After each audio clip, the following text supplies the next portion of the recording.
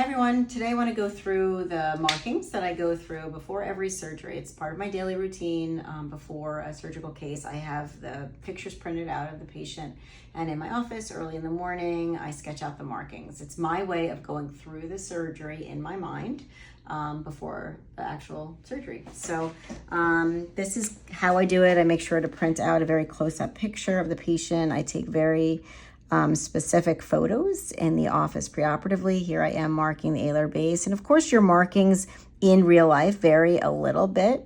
Here's the columellar base and the oral commissures. And then I mark the red line. And sometimes these little anatomic details are difficult to discern in the photograph. But a lot of times you can see everything. And then I mark the white roll on the medial and lateral lip element. And here you can see the cascade, so you can determine where Cupid's bow, peak, and trough are. I just feel that going through this just helps me kind of to, sometimes I notice things in the anatomy by doing these little sketches beforehand, and then it, prepares me intra-op.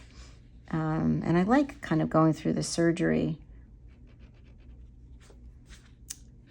before actually doing it. And I make this routine of doing it the morning of, early in the morning, but that's just my routine. So here's Cupid's bow, peak, and trough. And remember, from the medial Cupid's bow, peak, kind of drawing the rotation flap. Don't extend it beyond the philtral column. And then the C flap is drawn here. And then the vermilion is thinner on this side. Look how thick the vermilion is on the cleft side. So I'm going to draw this with a concavity. This extends inside. And then I'm going to choose Nordhoff's point.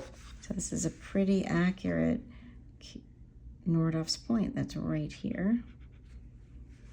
And then the mucosal flap's going to have a convexity to insert into here because it's so much thicker, and you want to even out the vermilion. And then your advancement flap, you want to draw this with a little convexity also. And then the back cut here, and don't extend it beyond the alar base.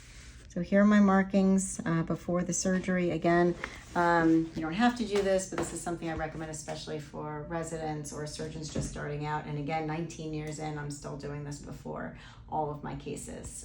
So again, if you have any questions, leave them in the comments below.